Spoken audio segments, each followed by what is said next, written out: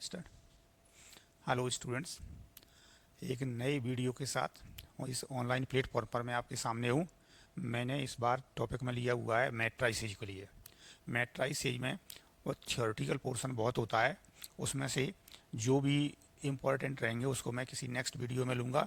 लेकिन जो क्वेश्चन है, जो एक स्टैंडर्ड कंसेप्ट रहती हैं उन पर बेस्ड है, उनको मैंने लिया हुआ है। सबसे पहला क्वेश्चन लिया है मैंने, एक मैट्रिक्स लिया है 3x3 का। इक्वली मैट्रिक्स लिया है 2 1 3 1 -1 4 1 5 2। मैंने पूछा है then C23 upon M23। C23 है, इसमें जो एलिमेंट A23 है उसका कोफैक्टर, और ये M23 होता है इसका माइनर यानी उपसारणक होता है। यानी मैंने क्या किया है यहाँ पे, इस मैट्रिक्स में जो A23 एलिमेंट्स है ना, इसके सहखंड और उपसारणक का अनुपात पूछा हुआ है। तो अब इसकी वैल्यू मुझे लेना है, तो आपको ये मालूम है कि किसी यहाँ पे हमें ये नहीं करना कि हम इसकी वैल्यू निकालने चलें। क्या रहता है इसका जो कंसेप्ट है, CIJ इक्वल होता है -1 की power I plus J into MIJ, ये होता है, आपको मालूम है। तो हम क्या करते हैं, यहाँ से मेरा IJ का ऑर्डर कितना है, मेरा 2 3 है। देखिए ये 2 3 और 2 3, तो इसमें आप ये देखो कि इन दोनों का रेशो जब भी पूछा जाए ऐसे, तो हमें इनकी क्या है, न्यूमेरिकल वैल्यू नहीं निकालना। ये होता है -1 की पावर I प्लस जे, यानी इसका जो ऑर्डर ऑफ साइन होता है उस पर डिपेंड करता है। तो आप बताइए 2 और 3 देखो कितना है, 2 + 3 मेरा ऑड आएगा। तो जब -1 की पावर ऑड करूंगा मैं यहाँ पे, किसके लिए, 2 3 के लिए, C23 अपॉन M23, तो ये -1 की पावर 2 + 3 कितना आएगा, -1। तो ऐसे क्वेश्चन का आंसर 1 और -1 में ही आएगा। ये देख लेना, ऑर्डर दोनों का सेम होना चाहिए। यदि इन दोनों का, ये जो दिया है, इन दोनों का सम ऑड आता है तो -1, यदि इवन होता है जैसे C22 अपॉन M22 तो कितना आ जाएगा मेरा 1। तो ये आप ध्यान रखें, लेकिन ये ध्यान रखना कि ये दोनों का ऑर्डर सेम है। मान लिया किसी क्वेश्चन में ये C23 अपॉन M22 पूछ लिया, तो फिर दोनों की वैल्यू निकाल के आपको करना पड़ेगा। तो इसका आंसर क्या हुआ, -1। नेक्स्ट क्वेश्चन देखो, सेकंड, ए इक्वल, मैंने एक मैट्रिक्स लिया हुआ है और इसमें पूछा है ट्रेस ऑफ ए।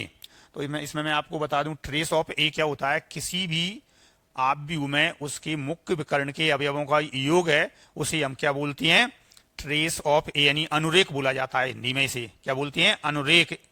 तो इसमें ये जो मैट्रिक्स मैंने दिया हुआ है, इसके मुख्य विकर्ण के अवयवों का योग करोगे तो देखो यहाँ से 1 + -2 + 5, तो 6, ये कितना हो गया, 1 + 5 6 -2। देखो यहाँ से इन तीनों का सम करोगे आप, तो ये कितना हो गया, 5 और 1 6, 6 में से 2 गई तो कितना, 4। देखिए यार इसमें से कहीं पे 4 नहीं दिख रहा, तो मेरा आंसर कौन सा होगा, इसमें नन ऑफ दीज होगा।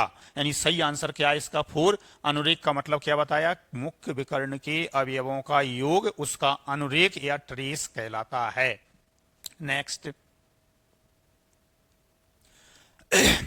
एक स्टैंडर्ड क्वेश्चन लिया हुआ है मैंने, बहुत ही ज्यादा से ज्यादा पूछा जाता है ये वाला क्वेश्चन।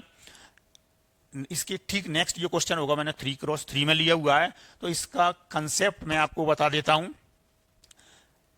बीएससी में हमने एक अभिलाक्षणिक समीकरण पढ़ा हुआ है, कैली हैमिल्टन प्रमेय का। तो कैली हैमिल्टन थ्योरम क्या थी इसमें, कि प्रत्येक वर्ग आव्यूह अपने अभिलाक्षणिक समीकरण को संतुष्ट करता है। जब उस टॉपिक पर जब जाएंगे वहां डिटेल में अपन लेंगे। तो ये इस तरीके के क्वेश्चन रहते हैं, जैसे 2x2 का है, तो ये सेकंड डिग्री का इसका अभिलाक्षणिक समीकरण होता है, उसको संतुष्ट करता है। तो इस अभिलाक्षणिक समीकरण को लिखने की जो शॉर्टकट होती है, वो मैं आपको ये इस क्वेश्चन में 2x2 के लिए बताऊंगा। नेक्स्ट जो आएगा उसमें मैं 3x3 के लिए बताऊंगा आपको कि कैसे लिखा जाता है। आप लोगों ने इससे पहले भी कोई पुराने पेपर देखे होंगे, तो आपको खुद को पता होगा कि ये क्वेश्चन कितना पूछा जाता है और कितना इंपॉर्टेंट क्वेश्चन रहता है। तो इसमें हम क्या करते हैं, 2x2 का यदि दिया हुआ है तो इसकी कैरेक्टरिस्टिक इक्वेशन होती है, A² लिखेंगे माइनस मुख्य विकर्ण के अवयवों का योग, यानी क्या कहलाता है, trace of A into matrix A plus determinant A into I equal to होता है नल मैट्रिक्स। यानी ये 2x2 के लिए लिखा है मैंने, A² minus trace of A into matrix A plus determinant A into I equal 0। Alternate plus minus, जैसे क्वाड्रेटिक इक्वेशन बनाते हैं तो क्या रहता है, x² माइनस मूलों का योग इंटू x प्लस मूलों का गुणनफल। तो इसमें 2 ही अवयव है, तो इसमें क्या है, A² माइनस मुख्य विकर्ण के अवयवों का योग इंटू ए प्लस डिटर्मिनेंट इसका जो आता है वो। तो यहां से आप देखिए जरा कितना आएगा अपना, A² माइनस मुख्य विकर्ण के अवयवों का योग, ये कितना आ गया यहाँ पर का 9a प्लस डिटर्मिनेंट देखिए जरा 20 में से 6 जाएंगे तो 14i इक्वल नल मैट्रिक्स। अब मैंने ये दिया हुआ है तो यहाँ से कंपेयर करो जरा, x की वैल्यू कितनी आएगी 9 और y की वैल्यू कितनी आएगी 14। तो देखो जरा 9 और 14 कोई ऑप्शन है तो ये वाला अपना सेकंड ऑप्शन है, तो इसका आंसर क्या होगा 9,14 होगा। नेक्स्ट, अब मैंने लिया है यहाँ पे देखो क्या है, एक 3x3 का मैट्रिक्स लिया हुआ है। तो इसका ये जो यहाँ पे इक्वेशन दी गई है ना, ये क्या होती है, इक्वल में जीरो तभी आएगा जब करेक्टरिस्टिक इक्वेशन होगी। तो इसमें 3x3 के लिए मैं आपको लिखना बता रहा हूं यहाँ पे कि उसकी जो करेक्टरिस्टिक इक्वेशन होती है वो होती है a³ minus trace of a into A square plus यहाँ पे आता है अपना a के कोफिशिएंट के लिए C11 plus C22 plus C22 plus C33 into A, फिर minus determinant a into I equal null matrix. देखो समझ लो, AQ minus trace of a into A square plus C11 plus C22 plus C33। C का मतलब है cofactor, यानी जो मुख्य विकर्ण के अवयव हैं इनके सहखंडों का योग into a minus determinant a into I equal null matrix.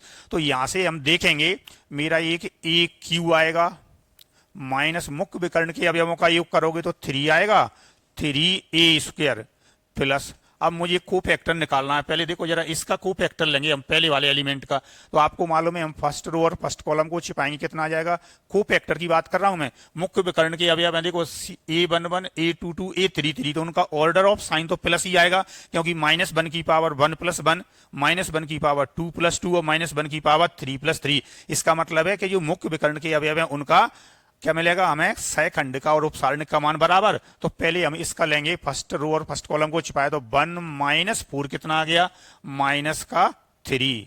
Second वाले इसका लेंगे हम, ये भी 1 - 4 यानी -3, नेक्स्ट भी -3 आएगा इंटू ए। अब हमें क्या करना है, इसके सारणिक का मान निकालना है, माइनस प्लस और ये माइनस आएगा, इसके लिए यहाँ पे ये वाला मैंने माइनस लगा दिया।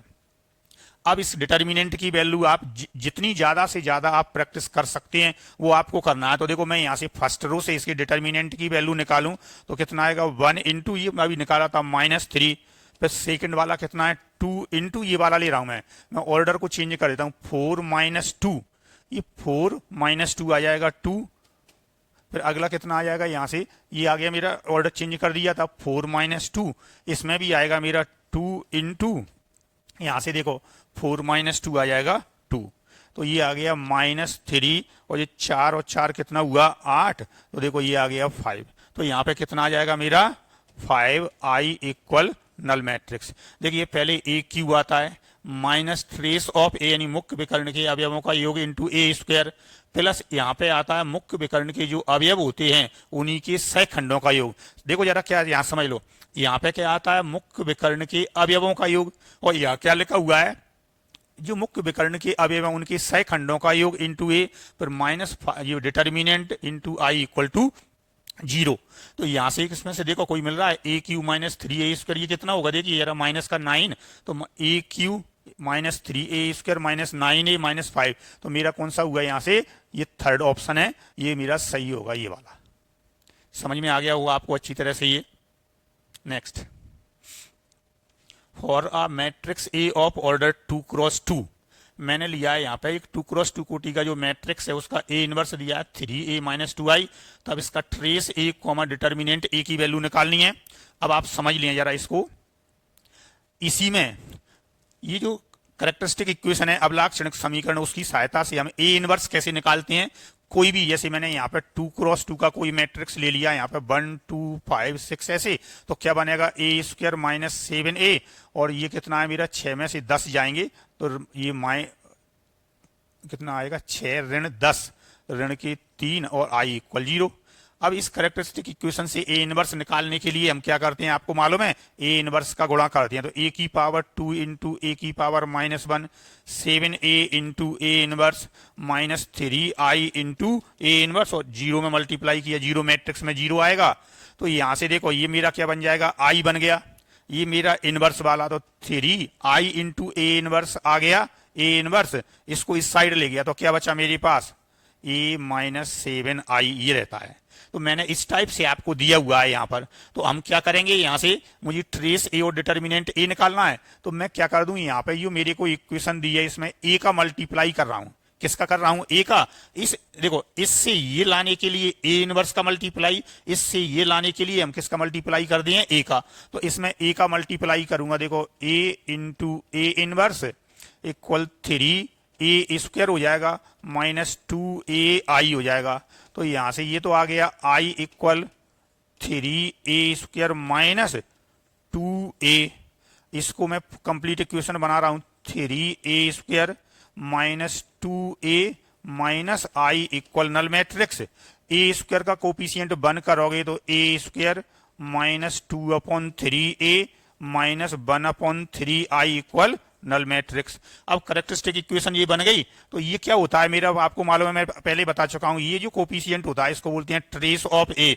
तो ट्रेस ऑफ ए मेरा होगा 2/3 और कितना होता है, A square minus trace of A plus आता है यहाँ पे डिटर्मिनेंट ए इंटू आई। तो यहां से देखो जरा, डिटर्मिनेंट ए है, ये कितना होगा मेरा माइनस का 1/3। तो कितना आंसर हुआ, 2/3 और माइनस 1/3, 2/3 और माइनस का 1/3। तो मेरा आंसर होगा ये वाला। एक बार फिर से समझ लो, ये दिया है तो ये कैसे आता है करेक्टरिस्टिक इक्वेशन से, चाहे सेकंड ऑर्डर की हो या थर्ड की हो, इसमें हम ए इनवर्स का मल्टीप्लाई कर देते हैं तो हमें ए इनवर्स मिलता है। अब यदि ये ए इनवर्स वाली हमें इक्वेशन दी है, उससे करेक्टरिस्टिक इक्वेशन लानी है तो उसमें ए का मल्टीप्लाई कर दो। मैंने इसमें ए का मल्टीप्लाई कर दिया तो मेरी करेक्टरिस्टिक इक्वेशन बन गई, और उससे मैंने कंपेयर कर दिया, 2x2 का मैट्रिक्स लिया है। तो इसमें ए का कोफिशिएंट होता है वो ट्रेस ऑफ ए होता है, आई का कोफिशिएंट है वो कितना होता है, ये वाला आई का कोफिशिएंट डिटर्मिनेंट ऑफ ए होता है, यानी ए का कोफिशिएंट माइनस ट्रेस ऑफ ए के इक्वल, और आई का कोफिशिएंट है वो डिटर्मिनेंट ऑफ ए के इक्वल। तो डिटर्मिनेंट ए माइनस 1/3 और ट्रेस ये लिखा हुआ है 2/3। नेक्स्ट ये दिया है मैंने यहाँ पे a equal A I J 3x3 and determinant a equal दिया है मैंने इसमें 5, यानी एक 3x3 ऑर्डर का मैट्रिक्स है जिसके डिटर्मिनेंट की वैल्यू कितनी दी है, 5 दी हुई है। अब मुझे एडजॉइंट ऑफ एडजॉइंट a बताना है, तो इसका जो रिजल्ट होता है ये वाला आपको थ्योरी में लिखा होगा, adjoint of adjoint a equal होता है डिटर्मिनेंट a की power n-2 into matrix a होता है। यानी एडजॉइंट ऑफ एडजॉइंट a है वो हमेशा मल्टीपल ऑफ a में आएगा, और मल्टीपल कौन सा रहता है, डिटर्मिनेंट a की पावर में। n है इसका ऑर्डर, तो मेरा ऑर्डर कितना है 3, तो यहाँ पे 3 रखोगे, 3-2 कितना आ जाएगा 1, तो ये आएगा डिटर्मिनेंट a इंटू ए, और डिटर्मिनेंट कितना दिया है मुझे 5, तो मेरा आंसर आएगा इसका कितना 5a। तो देखिए ये सी ऑप्शन है, ये इसका सही आंसर होगा। नेक्स्ट एक मैट्रिक्स लिया है मैंने a इक्वल A01, ये ए है A01 2b5 -3 2c, और दिया है कि इसका ट्रेस a कितना है, 0 के इक्वल है। ट्रेस कितना दिया है, 0 के इक्वल। तब मैंने पूछा इसमें से a प्लस बी का whole cube plus B plus C का whole cube plus C plus A का whole cube -3 into A plus B into B plus C into C plus A की वैल्यू मेरे से इसमें पूछी हुई है। एक तो मैं आपको बता दूं, यहाँ पर ये एक पर्टिकुलर अपनी आइडेंटिटी आपने पढ़ी हुई है, ये होती है A cube plus B cube plus C cube minus 3abc equal, ये आप लोगों ने a plus B plus C और ब्रैकेट में A square plus B square plus C square minus A B minus B C और minus सी, ये होती है। अब आप देखिए जरा, दूसरा इसका रिजल्ट होता है, यदि a की जगह पर b प्लस सी, b की जगह पर c प्लस ए और c की जगह पर a प्लस बी कर दूं मैं, तो ये जो वैल्यू आती है, ये मैं यहाँ पे बता देता हूँ, ये वाली ये होती है मेरी 2 इंटू दिस के इक्वल आती है, यानी कि ये इसका 2 गुना होता है। अब मैंने क्या दिया है आपको, ट्रेस a प्लस, ये वाला इसका ट्रेस 0 दिया है, तो देखिए यार इसका ट्रेस निकालेंगे तो कितना आ जाएगा, a plus B plus C equal कितना आएगा 0। तो यहाँ पर अपन रखेंगे a plus B plus C की वैल्यू 0, तो ये पूरा देखो 0 इंटू दिस इक्वल टू कितना आएगा 0। अब इसकी वैल्यू लेंगे तो 2 इंटू ये कितना आएगा 0, तो आंसर कितना आएगा इसका हमारा 0 के इक्वल, कितना आएगा आंसर 0। अब चूंकि मेरा ट्रेस भी कितना था, 0 के इक्वल था, तो इसमें से देखो जरा, इसकी जो ये जो क्वेश्चन है इसका आंसर इसमें से डिटर्मिनेंट ए ये हमें पता नहीं है, ट्रेस ऑफ ए ये हमें पता चल रहा है। देखो यहाँ से ट्रेस ऑफ ए कितना था, 0 था, यानी कि इसकी जो वैल्यू है वो भी कितनी आएगी, ट्रेस ऑफ ए के इक्वल आएगी। फिर से समझोगे, एक ये अपनी स्टैंडर्ड आइडेंटिटी होती है, इसका जो फैक्टर होता है only real factor A plus B plus C into this. अब ये मेरे को 0 दिया है तो इसकी वैल्यू 0 है, और ये जो आइडेंटिटी होती है ये वाली ए प्लस बी का होल क्यू, यानी ए को मैंने बी प्लस सी, बी को सी प्लस ए और सी को ए प्लस बी से रिप्लेस कर दूं तो इसका ट्वाइस होता है, तो 2 इंटू 0 इक्वल 0, यानी इसका मतलब है कि इसी के इक्वल है, तो ये आंसर क्या होगा, इसमें ट्रेस ऑफ ए के इक्वल होगा। नेक्स्ट ट्रेडिशनल क्वेश्चन है ये वाला, ये कई बार इस टाइप से पूछ लेते हैं। एक मैट्रिक्स दिया है ए इक्वल 3 5 7 2 -3 1 1 1 2, तब इसमें ए इनवर्स पूछा हुआ है। अब देखो यहां से क्या है, इसमें चारों ऑप्शन न्यूमेरिकली दिए हुए हैं, कोई नन ऑफ दीज तो दिया नहीं है। यदि इसमें से कोई एक नन ऑफ दीज दिया होता है तो थोड़ा सा क्या है, ये बड़ा हो जाता है, तो उस मतलब टफ हो जाता है इसकी तुलना में। तो हम क्या करेंगे यहाँ पर, यदि चारों ऑप्शन आपको न्यूमेरिकली दिए हुए हैं तो आपको क्या करना है, यहाँ पे एक तरीका तो ये है कि आप सबका क्या पूरा क्या निकाल दो, इसका इनवर्स निकाल दो। और यदि ऐसा नहीं करना तो आप क्या करेंगे, इसमें से ये देख लो कि इसमें से आपको चारों जो ऑप्शन है उसमें सभी रो कॉलम्स डिफरेंट दिए हैं, या उनमें से किसी 2 या 3 रो एक जैसी हैं, केवल एक ही रो डिफरेंट है। तो देखिए क्या है, 7 3 -26 7 3 -26, ये दो तो एक जैसी मिल रही हैं, 7 3 -26 ये भी मिल रही है, ये वाला एक ये अलग मिल रहा है मेरा यहाँ से, ये दोनों एक जैसे हैं, सी वाले में अलग। तो मैं क्या कर सकता हूं, यहाँ से एक इनमें से किसी भी एक एलिमेंट से ये वाला, इसका क्या कर दो आप, को फैक्टर चेंज करके देखो, को फैक्टर निकाल के। तो देखो ये 3 यहाँ पे आ रहा है ये वाला, तो मैं इसी का चेक करके देख लेता हूं यहाँ से ये वाला, इसमें तो कितना आ जाएगा, माइनस का देखो माइनस कितना आएगा 6, और माइनस का कितना आएगा, ये माइनस का 6 और -1 कितना आ जाएगा, माइनस का 7, ये वाला इसका, ये इसमें -6 और -1 कितना आ गया मेरा, माइनस का 7, ये वाला। तो देखो -7 शायद उसमें लिखने में मुझसे गलती हो गई है, मैं एक और चेक कर लेता हूं, देखो यहां से इसका चेक कर लेता हूं, ये वाला यहां से ये वाला, तो कितना आ जाएगा 10 -7 इक्वल टू 3, और -1 की पावर लगाएंगे तो -3 आना चाहिए था। तो यहां से क्या मिल रहा है मुझे, अभी ये -7 है, ये माइनस का कितना आ रहा है, यहाँ पे 3 आ रहा है, देखो माइनस का 7 आ रहा है, इधर माइनस का 3 आ रहा है, ये को फैक्टर की बात कर रहा हूं मैं, ये वाला। अब एक और ये वाला यहां से आ रहा है, तो इसका मतलब ये तो यही है, डिटर्मिनेंट की वैल्यू है वो क्या है, अपॉन में तो कुछ है नहीं, क्योंकि ऑप्शन क्या होता है आपको मालूम है, 1 upon determinant A into adjoint A, ये वाला होता है। तो ये सारणी की वैल्यू -1 है, यानी कि ये तो सही है, ये वाली लाइन और ये तो आपको मैच कर रही है। अब आप देखो जरा, यानी कि मेरा इसमें से अभी केवल कौन सा हट गया, एक ऑप्शन ये वाला हटा है, ये वहां तक। अब लास्ट में देखो जरा, -5 -2 0 -5 2 ये वाला, तो मैं क्या कर सकता हूं, ये वाले ऑप्शन को चेक करो, ये वाला ये दिया हुआ है, देखो जरा यहां से न्यूमेरिकल वैल्यू, इसमें ये तो अब ये 1 ये वाला और ये वाला, तो देखो जरा यहां से इसका चेक करोगे कितना आएगा, -9 और -10, माइनस का 19, और मैंने बताया डिटर्मिनेंट की वैल्यू -1 आएगी, तो 19, तो इसका मतलब ये तो देखो कोई सा मिल नहीं रहा, तो कौन सा बन रहा है अपना ऑप्शन डी ऑप्शन। एक तरीका तो आपका ये वाला हो गया कि जो एलिमेंट डिफरेंट दिख रहा है उसी का को फैक्टर आप चेक करके देखेंगे, और यदि आप ऐसा नहीं करें तो आपको फिर पूरा कंप्लीट सॉल्व करना पड़ेगा। ये निश्चित है कि इसमें अपॉन में कुछ आ नहीं रहा, इसलिए निश्चित रूप से डिटर्मिनेंट की वैल्यू कितनी आ रही है, 1 या -1 ही होगी, आप आसानी से चेक कर सकते हैं ऐसे क्वेश्चन के लिए। नेक्स्ट एक क्वेश्चन दिया है ए इक्वल दिया है अल्फा 2 अल्फा, यहां पे दिया है determinant of A Q equal 125 then alpha equal. तो ये हमारी प्रॉपर्टी होती है, डिटर्मिनेंट ऑफ ए की पावर एन इक्वल होता है डिटर्मिनेंट ए की पावर एन।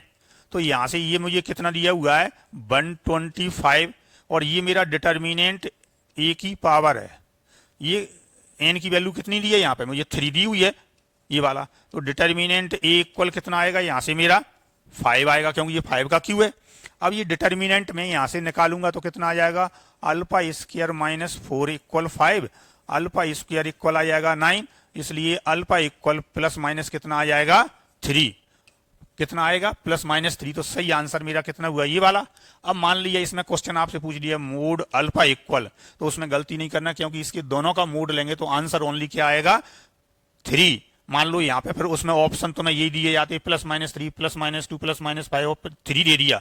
तो कभी कभी हमसे क्या होता है, जो क्वेश्चन ज्यादा सरल होता है, सरलता में हम उसमें गलती कर देती हैं, पूरा उसको पढ़ते नहीं है। मान लो यही क्वेश्चन में नन ऑफ दीज की जगह 3 कर देता और मोड अल्फा इक्वल, तो अपन जल्दी जल्दी में भूल जाती हैं कि यहाँ से ये दोनों चीजें हमारी आ गई हैं, क्योंकि एग्जाम में हमारा जो दिमाग है वो थोड़ा सा ज्यादा चलता है, तो उस समय हम क्या है कि गलती भी कर बैठती हैं। और वो किसमें होती है, जो बिल्कुल सिंपल क्वेश्चन होता है उसी में फिसलन आ जाती है। तो ये सब ध्यान रखना आप इसमें। नेक्स्ट, इक्वल दिया है डायगोनल ऑफ 1 2 3। ये डायगोनल का मतलब है कि एक विकर्ण आप व्यू है, यानी एक ऐसा है, यहाँ पे हमें विकर्ण आप व्यू दिया है जिसके विकर्ण में अवयव कौन कौन से दिए हुए हैं, ये वाले हैं, ये 0 0 0 3 वाला, इसको ऐसे लिख दिया जाता है।